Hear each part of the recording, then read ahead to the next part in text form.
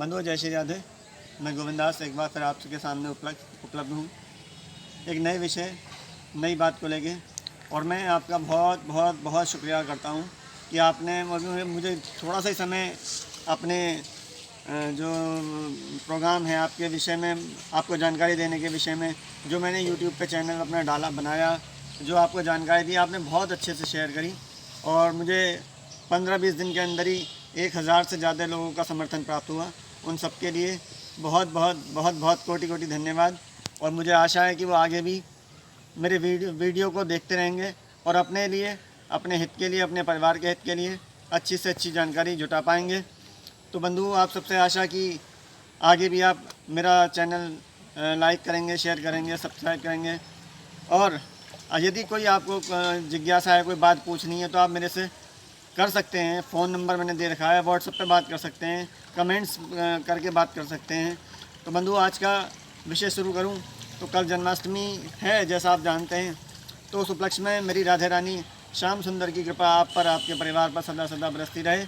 इसी आशा के साथ, इसी भावना के साथ मैं आज आपको एक नए विषय के विषय में बताने जा रहा हूँ कि भगवान शंकर की पूजा करने से क्या हमारे पुण्य नाश हो सकते हैं, क्या हमारे पुण्यों का नाश हो सकता है? जी हाँ बंधु, हो सकता है। तो उसको मैं समझाने के लिए आपके सामने उपलब्ध हुआ हूँ। पहला काम क्या करते हैं कि लोग मंदिर जाते हैं भगवान शंकर के, किसी का फ़ोन आ गया या कोई ऐसी बात, तो भगवान शंकर के समक्ष खड़े होकर ही झूठ बोलना लगते हैं। और भगवान शिव को झूठ कतई पसंद नहीं। ये आपको प्रमाणित बात मिलेगी। देखिए, आपने सत्यनारायण भगवान की कथा बहुत से सुनी होगी, लेकिन आपको सत्यनारायण की कथा का जो सत्यनारायण की कथा है वो आपने आज तक नहीं सुनी। ये तो सुना है कलावती थी, राजा तुंगध्वज थे, बनिया था, लकड़हारा था, लेकिन वो सत्यनारायण की कथा क्या थी? यदि आप सुन लेंगे तो आपको पता चल जाएगा भगवान शंकर जी को झूठ क्यों पसंद नहीं है। तो बंधुओं, किसी हालत में भगवान शिव के मंदिर में झूठ ना बोलें, पहली बात। दूसरा क्या होता है, कल जन्माष्टमी का दिन भगवान, आप जितने भी आपके घर मंदिर में देवी देवता हैं उन सबको आप स्नान कराते हो, चाहे वो राम दरबार में हो या श्री कृष्ण जी हो, भगवान शंकर हो, गणेश जी हो। तो सबको स्नान कराने के बाद हमें एक ही पौधा नज़र आता है, कौन सा? वो तुलसी मैया का। और कभी भी भगवान शिव का जल चढ़ा हुआ या भगवान शिव पे चढ़ा हुआ जल या श्री हनुमान जी पे चढ़ा हुआ जल अगर आप तुलसी जी में डालते हैं तो आपने बैठे बैठाए अपने लिए आफत मोल ले ली, क्योंकि उससे भी आपके पुण्य नाश हो जाते हैं। ये भगवान शिव को वृंदा, जो जालंधर की पत्नी जिनसे तुलसी माता प्रकट हुई, उन्होंने शाप दे रखा है शिव जी को कि आपका चढ़ा हुआ जल यदि मुझे पे कोई चढ़ाएगा तो उसके सारे पुण्य तत्क्षण नष्ट हो जाएंगे। बहुत से लोगों को मैंने देखा है कि तुलसी जी के पौधे के नीचे ही एक छोटा सा शिवलिंग रख लेते हैं और उस पर जल समर्पित करते रहते हैं।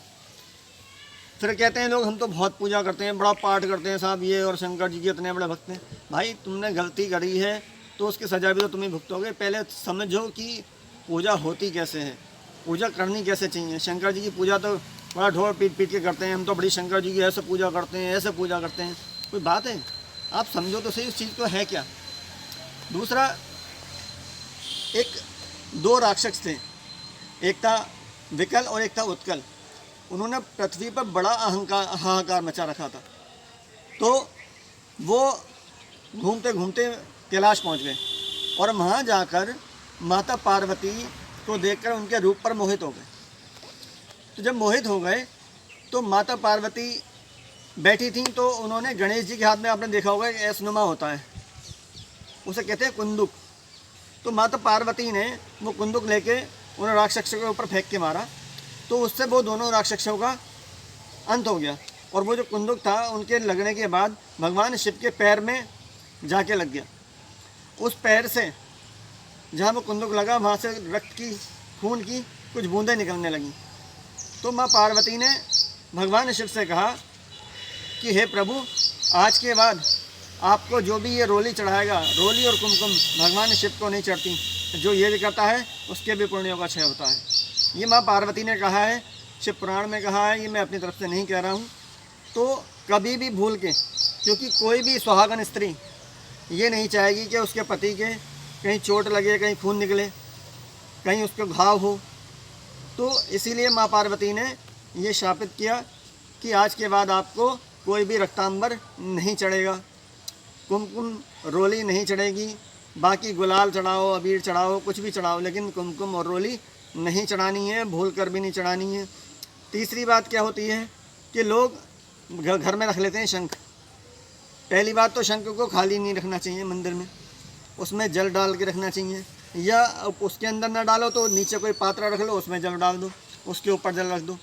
जो खाली शंख अपने मंदिर में रखता है उसके यहाँ धन रुकता ही नहीं, कितना ही कमा ले, आएगा चला जाएगा, आएगा चला जाएगा, आएगा चला जाएगा, या आएगा ही नहीं।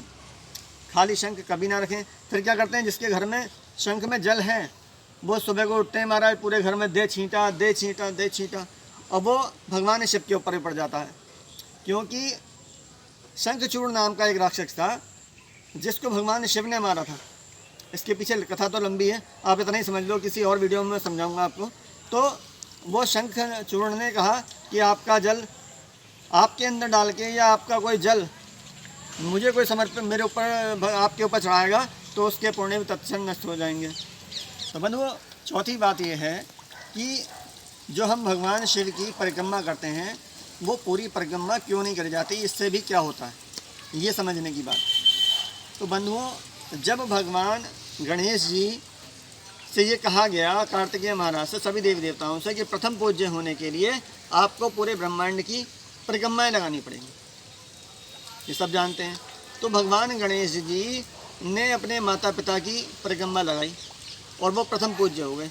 उस वक्त क्या हुआ कि माँ पार्वती, कार्तिकेय महाराज और नंदी महाराज, वो गणेश जी महाराज जब इकट्ठे हुए तो माँ पार्वती ने भगवान शिव से कहा कि प्रभु, ये आपने बहुत गलत करा कि बड़ा बेटा बैठा है और आपने छोटे बेटे को विजयी बना दिया, उसको प्रथम पूज्य बना दिया, जबकि बड़ा बेटा बैठा है। तो मैं आज इस बात पे श्राप देती हूँ कि आज के बाद जो भी आपकी पूर्ण परिक्रमा करेगा, पूरा परिक्रमा करेगा, उसके जो पुण्य हैं वो भी तत्क्षण नष्ट हो जाएंगे। तो इसलिए भगवान शंकर की कभी भी पूर्ण परिक्रमा ना करें, ना करें, ना करें।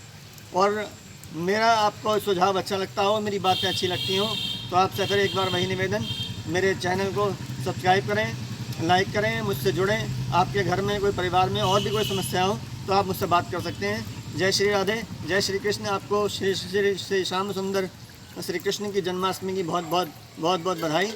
जय श्री राधे, जय।